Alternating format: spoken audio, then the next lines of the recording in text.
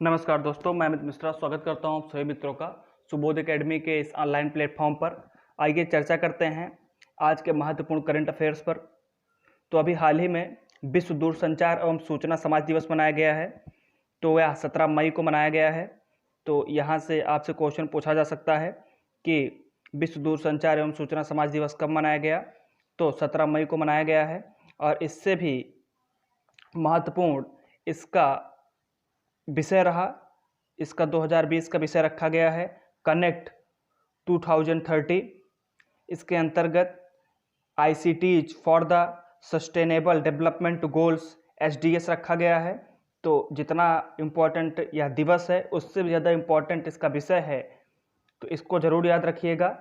ज्ञातव्य है कि इस दिवस को अंतर्राष्ट्रीय टेलीग्राफ कन्वेंशन के हस्ताक्षर और अंतर्राष्ट्रीय दूरसंचार संघ के निर्माण की वर्षगांठ के रूप में पहली बार मनाया गया था 17 मई को। तब से लगातार यह मनाया जाता है, जिसको याद रखिएगा। अगला करंट अफेयर्स महत्वपूर्ण रहा। नैरेडको के महानिदेशक राजेश गोयल जी बनाए गए हैं और यहाँ से क्वेश्चन भी आते हैं कि महानिदेशक कब कौन क्या बना।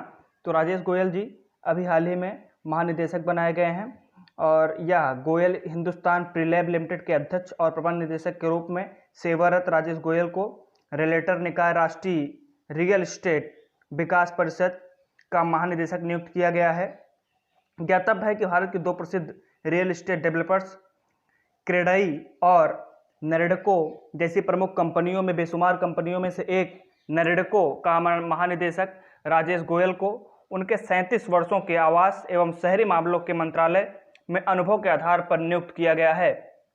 जबकि यहाँ से वनडे एग्जाम में पूछे जाने वाले दो महत्वपूर्ण करंट अफेयर्स क्वेश्चन बनते हैं कि नैरेडको कंपनी की स्थापना कब की गई थी। तो 1998 ईस्वी में इसकी स्थापना की गई थी। तो इसको याद रखिएगा कि नैरेडको कंपनी की स्थापना कब की गई थी और नैरेडको कंपनी का मुख्यालय कहाँ है। तो इसका मुख्यालय नई दिल्ली में है। तो यहाँ से भी क्वेश्चन बनाया जा सकता है।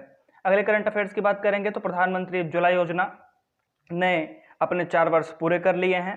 ध्यातव्य है कि वर्ष 2016 में शुरू की गई प्रधानमंत्री उज्ज्वला योजना ने 16 मई को अपने 4 साल सफलतापूर्वक पूर्ण किए हैं और इस सफलता को चिन्हित करने के लिए केंद्रीय मंत्री श्री धर्मेंद्र प्रधान ने 1500 लाभार्थियों के साथ बातचीत की। इस योजना में लगभग अब तक 8,432 करोड़ रुपए DBT के माध्यम से 8 करोड़ से अधिक परिवारों को मदद के लिए दिए गए हैं। शायद आप भी उसके लाभार्थी हों। तो यह एक बहुत ही महत्वपूर्ण योजना रही। प्रधानमंत्री उज्ज्वला योजना 2016 में शुरुआत किया गया और अब इसी 16 मई को उसके 4 वर्ष पूरे हो गए हैं। तो यहाँ से भी क्वेश्चन बन सकता है। बढ़ेंगे अगले करंट अफेयर्स की तरफ। तो जुबैर इकबाल बन गए हैं जम्मू एंड कश्मीर बैंक के नए MD एंड CEO। बात करें जम्मू एंड कश्मीर बैंक की, तो जम्मू एंड कश्मीर बैंक के अगले 3 साल के लिए MD and CEO Zubair Iqbal बन गए हैं और जुबैर इकबाल को RK चिब्बर के स्थान पर नियुक्त किया गया है। जबकि J&K या जम्मू कश्मीर का मुख्यालय श्रीनगर में स्थित है इस बैंक का। तो अगले करंट अफेयर्स की तरफ बढ़ेंगे। गुजरात सरकार ने शुरू की आत्मनिर्भर गुजरात सहाय योजना। अभी हाल ही में आप जानते हैं कि प्रधानमंत्री ने अपने हाल ही के जन संबोधन में आत्मनिर्भर की बात कही, आत्मनिर्भर भारत की बात कही और इसके अंतर्गत तमाम राज्य अब आत्मनिर्भरता से जुड़े तमाम योजनाओं की शुरुआत करने वाले हैं, जिसके अंतर्गत पहला राज्य गुजरात उभर कर सामने आया। गुजरात सरकार ने आत्मनिर्भर गुजरात सहाय योजना के अंतर्गत छोटे व्यापारियों, सड़क विक्रेता और छोटे पेशेवर लोगों के लिए 1 लाख तक की राहत देने की घोषणा की है और इस ऋण को चुकाने के लिए अवधि 3 साल की है और इसके अंतर्गत उनसे कोई भी ब्याज नहीं लिया जाएगा, उनको बिना ब्याज के ऋण दिया जाएगा। तो यह बहुत ही महत्वपूर्ण योजना है गुजरात सरकार की। यह इसके अंतर्गत सरकारी बैंक, जिला बैंकों, क्रेडिट सहकारी समितियों में लेकर आवेदन किया जा सकता है। जबकि गुजरात की बात करें तो गुजरात के CM इस समय विजय भाई रूपाणी हैं, BJP की सरकार है। और बात करें गुजरात के वर्तमान राज्यपाल की तो आचार्य देवगन हैं।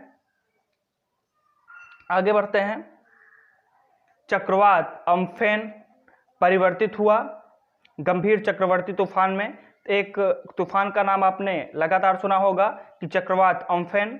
तो अभी वह बहुत ही भयानक रूप ले चुका है तो आइए समझते हैं क्या था ये। भारतीय मौसम विभाग ने ओडिशा और पश्चिम बंगाल राज्यों में अगले 12 घंटों में चक्रवाती तूफान के तट से टकराने की चेतावनी जारी की है। मौसम विभाग के अनुसार उत्तर और दक्षिण 24 परगना, कोलकाता, पूरब और पश्चिम मिदनापुर, हावड़ा और हुगली सहित गंभीर पश्चिम बंगाल के तटीय जिलों में भारी वर्षा की चेतावनी जारी की गई है। बात करें यहाँ पर ओडिशा की, तो ओडिशा के वर्तमान गवर्नर गणेशी लाल जी हैं, जबकि यहाँ के वर्तमान सीएम नवीन पटनायक, जबकि उड़ीसा की राजधानी भुवनेश्वर है। तो उड़ीसा के बारे में इतना जरूर जानते रहिएगा। अब बात करें पश्चिम बंगाल की, तो पश्चिम बंगाल के बारे में आप जानते ही हैं कि यहाँ पे की सीएम ममता बनर्जी हैं, जिनका संबंध तृणमूल कांग्रेस से है, जबकि वहाँ की राजधानी कोलकाता है। बढ़ेंगे अगले करंट अफेयर्स की तरफ। रामनाथ कोविंद 1 साल तक अपना 30% वेतन दान देंगे पीएम केयर्स फंड में। तो अभी हाल ही में यह राष्ट्रपति द्वारा घोषणा की गई है कि वह अपना वेतन का 30% पीएम केयर फंड में दान देंगे। जब ज्ञातव्य है कि राष्ट्रपति का वेतन 5 लाख रुपए प्रतिमाह है। तो यहाँ से भी वनडे में कई बार एग्जाम पूछा गया है कि वर्तमान में राष्ट्रपति का वेतन कितना है, तो 5 लाख रुपए है। और अगले करंट अफेयर्स की तरफ बढ़ेंगे तो यहीं से एक क्वेश्चन और बनता है कि रामनाथ कोविंद भारत के कैसे नंबर के प्रधानमंत्री हैं। तो श्रृंखला के आधार पर यह 14वें नंबर के माफ कीजिएगा प्रधानमंत्री, वो राष्ट्रपति हैं, माफ कीजिएगा। बढ़ेंगे अगले करंट अफेयर्स की तरफ। तो केरल ने बुजुर्ग सुरक्षा का संदेश फैलाने के लिए किया मिशन ग्रैंड केयर की शुरुआत। तो मिशन ग्रैंड केयर क्या है? तो क्या केरल सरकार द्वारा बुजुर्गों की सुरक्षा के लिए शुरू किया गया एक कार्यक्रम है।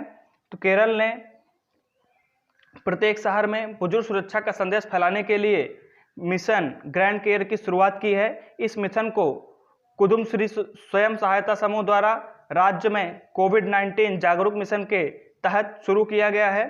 तो यहाँ से भी क्वेश्चन पूछा जा सकता है कि इस मिशन को किसके तहत शुरू किया गया है। तो कुदुम्श्री स्वयं सहायता समूह द्वारा शुरू किया गया है।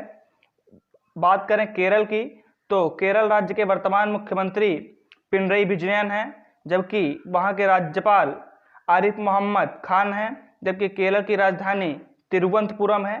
तो यहाँ से भी क्वेश्चन कभी कभी बनाए जा सकते हैं। बगलेंगे अगले करंट अफेयर्स की तरफ। तो जर्मनी ने विरोध के रूप में झंडे को जलाने पर प्रतिबंध लगा दिया है। अभी तक क्या होता था दोस्तों कि कोई भी देश होता था या फिर बहुत सारे देशों में अगर कोई विरोध प्रदर्शन करता था तो देश के झंडे को, राष्ट्रीय प्रतीक को जलाया जाता था। तो इसके अंतर्गत अभी जर्मनी ने इस पे कड़े प्रतिबंध लगा दिए हैं। जर्मनी ने विरोध प्रदर्शन के रूप में देश के झंडे को जलाने पर प्रतिबंध लगाया है। जर्मनी ने इसे घृणा, क्रोध और आक्रामकता को उत्तेजित करने वाले अधिनियम के रूप में नामित किया है। बात करें जर्मनी की, और इसके लिए 3 साल की सजा का भी प्रावधान किया गया है जो ऐसा करेगा। बात करें जर्मनी की, तो जर्मनी की राजधानी बर्लिन है, जबकि जर्मनी के वर्तमान राष्ट्रपति फ्रैंक वाल्टर स्टेइनमायर हैं, जबकि जर्मनी की मुद्रा यूरो है।